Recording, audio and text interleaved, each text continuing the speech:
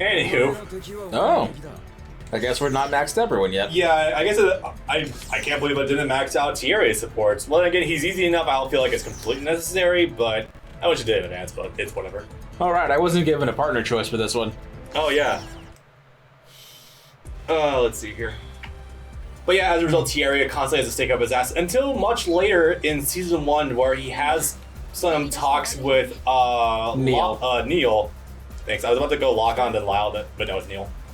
Well, you would have been half right. And that results in some interesting things happening. Because, okay, it begins with the whole thing about being cut off from Veda. Being cut off from Veda in, Tieria's perspective is like being cut off from your main meaning and your main purpose in life. He's a clingy lover that got cut off from his ex. In essence, like he's shattered by it. That's why you have to defend Tieria. Like, that's not just him having that's not just his Gundam being disabled, that's him having an existential crisis. He's having a bit of a breakdown. Absolutely, like 5 breakdowns in one in essence. It's rough, dude. So Lock-On is the one to console him, and Tieria also feels extremely guilty because, hey, you know why he lost that eye? He lost that eye to Coleslaw because Lock-On was defending him from Tieria in order to avoid a lethal blow, so... See, I know these things, but it never stops being funny no matter how many times you say them. Yeah. Blank lost to Coleslaw. Blank lost an eye to Coleslaw. Dude, Coleslaw is, like, isn't he the top pilot in the AEU, apparently? Yes. Yeah, he is literally their ace. I've won 2,000 mock battles. One of his intros before, Kati. Got it, nice. One of his intros before Kati shows up right before is that he's making out with some girl in the back seat of an open roof car. Sorry, babe, but business calls. Sorry, babe, but daddy's gotta go. Ha! I'll make up for it next time. That's amazing. What a fucking lad. I love him so much. And then he meets an absolute beast of a woman in Kati. Hell yeah. You might say the only woman that can tame him. That's moving by itself. I think the beam's inverted. I actually think it's inverted. Oh, that would do it. Yeah. It was going down when I was pointing up. Yeah, I don't know why, but the beam controls for the laser are inverted on the y-axis, I think. I don't know. I don't understand why. No pressure. Feel free to hit any arrow you want. Just more focus on avoiding the gaps more so than hitting the green arrows. But yeah, as a result, the whole thing about he develops pretty fucking clear feelings for Lock-On. It culminates in season 2 with a very interesting scene in a certain ballroom that you might be familiar with, where Tieria is adorned not only with tits and temporarily a woman's voice, but also a dress and longer hair. At first, you could just be like, oh, they're probably just pads and probably also just like extensions, just whatever. But here's the thing. They literally stuck his head on a woman's body. There's also like a cutoff point for like his neck, and his voice changed to like a woman's voice. So it's like, wait, is he actually on a woman's body right now? And the answer is yes. And at that point, you'd probably begin to question your sexuality if you're a straight man. Like, yeah. And at that point, you begin asking yourself, what if the fact that his head is normally on a man's body stop me?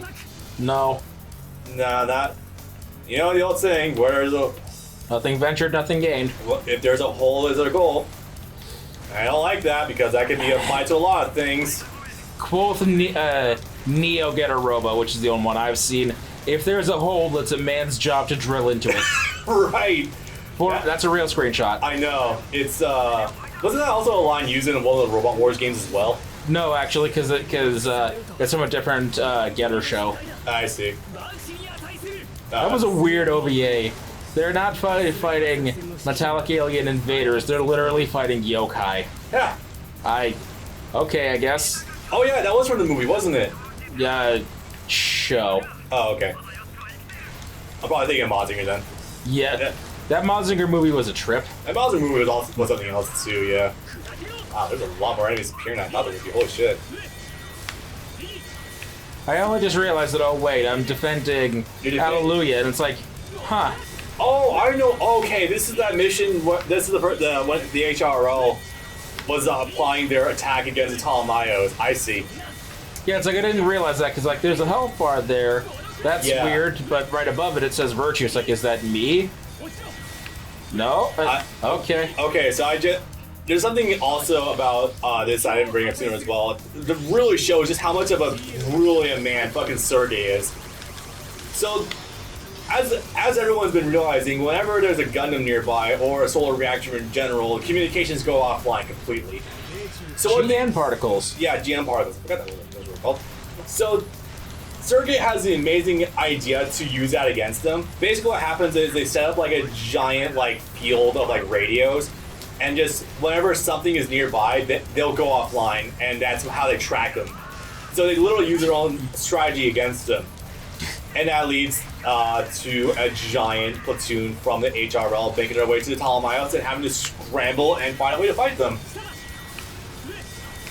And unfortunately, it's amazing how much of a shit fit everyone throws about Sumeragi when she gets one detail wrong. One single detail.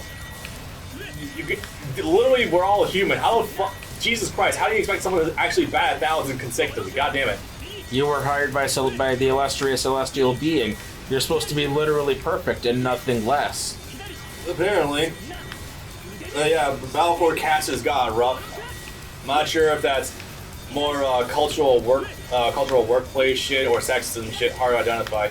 The answer is yes. But Sergei manages to fool Sumeragi on one single detail, and that they weren't aiming to take out the Ptolemaios, they were aiming to capture a Gundam. Ooh, you're getting high, hell yeah. Keep talking. Okay. And that results in the Virtue... the Virtue almost got captured too when trying to save Alleluia, because Alleluia was being mentally incapacitated by the brainwaves, because lol, of course. You would think that even though her brainwaves are being insulated, that they would also keep hers from leaking out, but apparently they only keep Alleluia from getting in. That's fucking annoying, but okay. So as a result, the Virtue has to play its trump card. Actually, in that regard, you might actually get to play as we definitely get to see the Nadleeh in this as well. I'm pretty goddamn sure. Nice. These get you the good ranks, but also take forever, I know. 11 seconds left, hell yeah. Usually if you go after the commanders, their attack power will be highly cut, so if you ever see them, definitely prioritize taking them out first. This is a Muso game. It definitely takes a lot of elements from Muso games for sure. But again, at this time period, what's the competition really? Sengoku Basara 2? Okay, Basara 2 is good, but yes. Yeah. But Dynasty Warriors absolutely set the groundwork for like giant sprawling arenas with multiple enemies. Drakengard? Not about Drakengard about this. Ah man, Soma, you're already dead. Oh, that's him. Shinderu? Yep. Bye. Well, I can mention I'm not. So apparently we did find out there is a difficulty select, but I've never touched the difficulty once. It's always at the normal. So, Tieria, believe it or not, also sees himself as perfect and kind of can't make any mistakes. But see, here's the thing: humans are resourceful fuckers when they want to be. And I guess Tieria didn't quite account for knives. that. No. What? Okay, knives. Trigun. Oh, right. Sorry, it's been forever since I've seen Trigun. I'm due for a rewatch to multiple shows. But yeah, like I was saying before with how everyone's being bent out of shape for exposing details too early, after this is when Tieria also gets bent out of shape over, I had to expose the Nadleeh to them before. You showed that you can shed armor, you haven't shown the Veda cancellation system yet, dude. It's fine. God damn it. So these things that go wrong are brought up with the whole council with Cornhole in the middle of it. I don't know what I just said. And they consider... Apparently there was talks of removing Setsuna and Alleluia as potential candidates for being Meisters, but apparently they can't do anything unless they come to a complete consensus. Ah, so it's a jury. Apparently. Fucking hell. That also means that unless something is explicitly shit, they can't do anything to prevent the mission either. That did nothing to them. Or did they just get here? I think did they respawn? No, because I think we're in the second stage of the fight. Don't panic, you have plenty of health, and the Virtue has plenty of defense value. I forgot that it was in a... green. Oh, it's about the negation, like QT. Don't worry, I think this is the button press prompt. You'll be fine. Oh, nice. I literally did it the moment it appeared. I know. That was an oopsie. But that tells me there's a delay, though, so that's the problem I've been having. With those, at least. It's a tiny one. I usually try to lead in a little bit.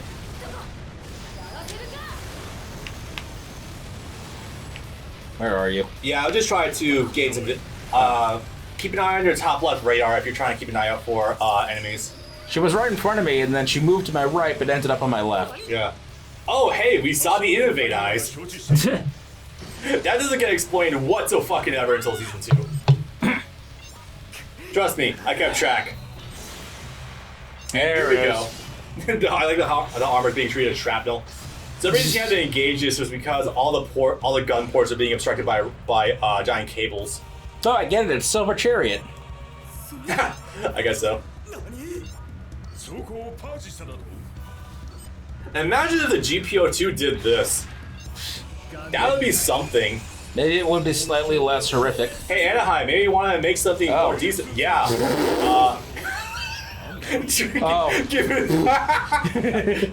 If only they were in range. Congratulations, you're now in control of the destroy mode Unicorn Gundam. This thing is absolutely fucking obnoxious. I love it. Oh, right. Yeah. Close range weapon. And even though you probably theoretically have a hit to your defense, like, the attack rate of the Nadleeh is so much higher up than its regular counterpart. And the weird thing is, the Nadleeh never does anything. Like, literally to my knowledge, like... They just shoot beams. The Nadleeh appears after the Virtue takes its armor off, deploys the Veda field, and then, like, tries to, like, slash at the Trinities. But nothing comes of that. So why they decide to not only give him such a busted moveset, but also, like, make his offense so good, I have no idea.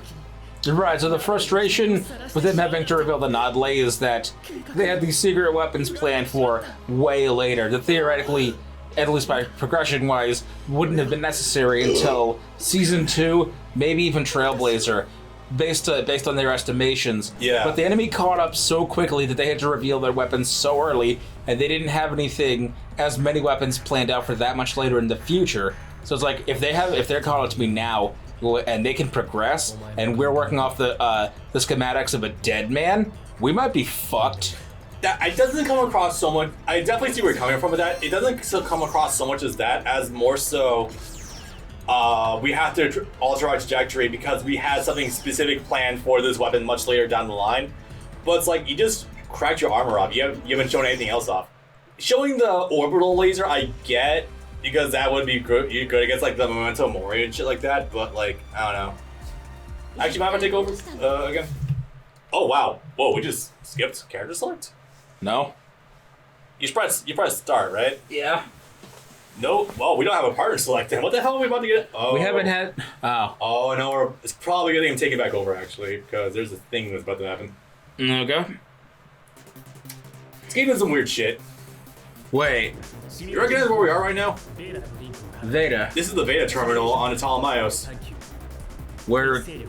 Okay, this is a cue for a cutscene then? This isn't even just a cutscene, this is the actual level. That we're... So for some reason... reason... it's a simulation.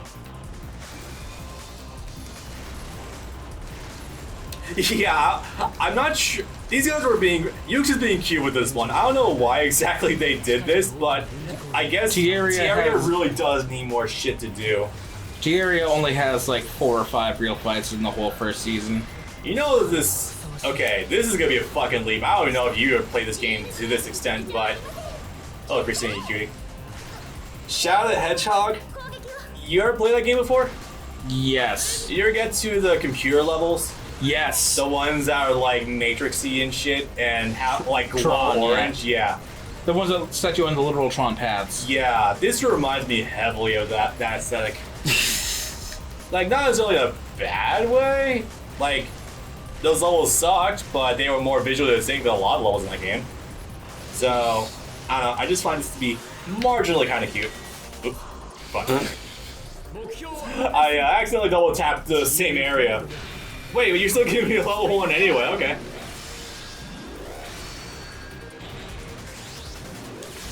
Nice. Oh, wait, did you see that just now? It gave me a perfect even though it's slightly ahead of the bar. Weird, okay. Yeah, that doesn't surprise me. It's only a bunch of attacks. No, wait, flagged. Yeah. Oof. Oh, that one's a 2 hits. Now we're getting to enemies that take a couple more hits to kill. You talk about an axe and flags, and I'm really sad that I don't. That while Graham knows who Patrick is, I don't think they ever talk to each other. I feel like they... No, they did once. And that happened when there was a joint operation, not the joint operation, but like it was the establishment of like the Gundam hunting unit or something that the Union put together that Graham was like the head of. Well, they don't talk very much, and it's like they have a amazing comedic potential. Yeah, Coleslaw was bad-mouthing Graham, and Scott McNeil's character got really upset about that. Daryl, yeah.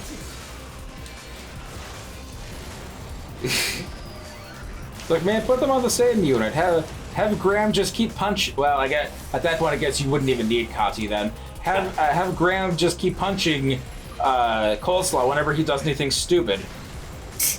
Essentially.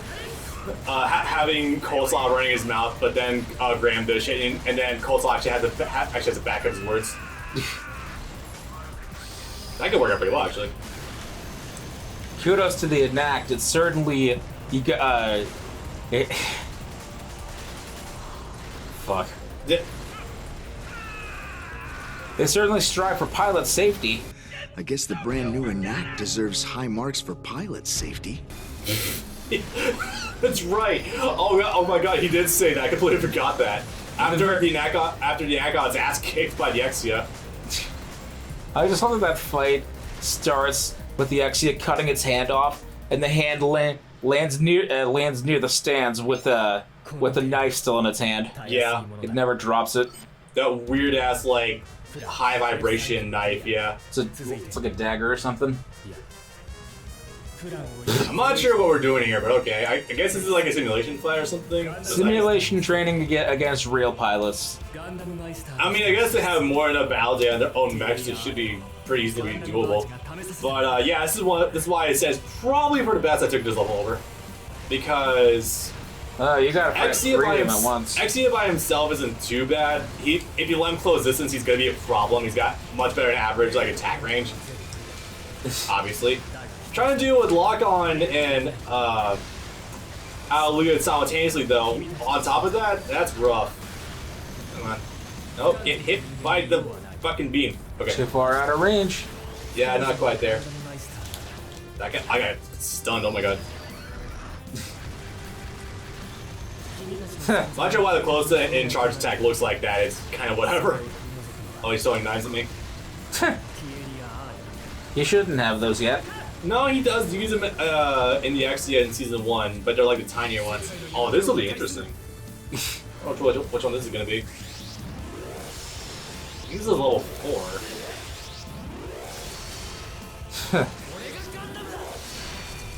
He said the thing. Yeah, he actually says it a lot in his combat if you listen to him.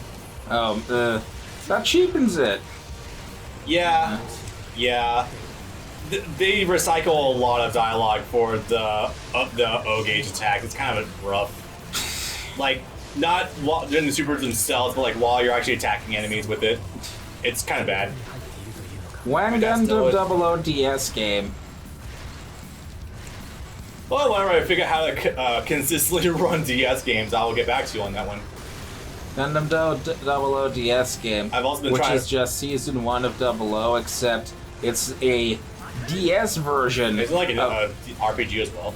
No, sir. It's a DS version of the Gundam Versus engine. That sounds horrible. It is. Oh god. People were hyped about that game apparently on some GameFAQs boards. I'm so It's sorry for like- them. You never played 358, did you? I actually did. Oh. I made it to Oh, Vanilla. I did play it a little bit. I made it to Agrabah, and I got stuck and I quit. Yeah, imagine trying to control a truly 3D, as in aerial, as in you can go up and down and move forward and actually aim which direction you move in. Fucking ew. Game with a D-pad. God, a DS already has huge problems with trying to run 3D games as it is. Shit. Ugh. Oh yeah, that reminds me. Since it's sort of still relevant, I think, some people are still talking about, those Pokemon remakes just got announced. Like 3 weeks ago? Not just announced, but yeah, the word's out. And it's like, everyone's hating on the Diamond and Pearl look and saying that Arceus game looks amazing. I'm like, are you people fucking high? Yes. Arceus game looks like trash. It will That's the one in probably... the like older Japan, right? Yeah. The one that looks like it's running really on like a Tecmo Koei engine. No. But like a draw distance. Oh, I think it's something else then. Okay. It's the one where if you when you see any actual Pokemon, they run at literally like 6 frames. Oh yeah. So it's like it looks like it might play fine at that frame rate. It definitely won't. But this looks like hot fucking trash. What the hell are you people talking about? And they're shitting on the Diamond and Pearl remakes. I'm like, Are you guys kidding me? This guy, the guys who made Pokemon Let's Go. Jesus Christ. actually, it's not. It's made by Really? by a third-party company. It's contracted work. Wasn't that? But it's on the Let's Go engine. Is this thing? It's like those games were gorgeous. Those are some. Those were some of the best looking Pokemon games we've gotten in ages. I haven't played them yet. Exactly. The games are fucking beautiful.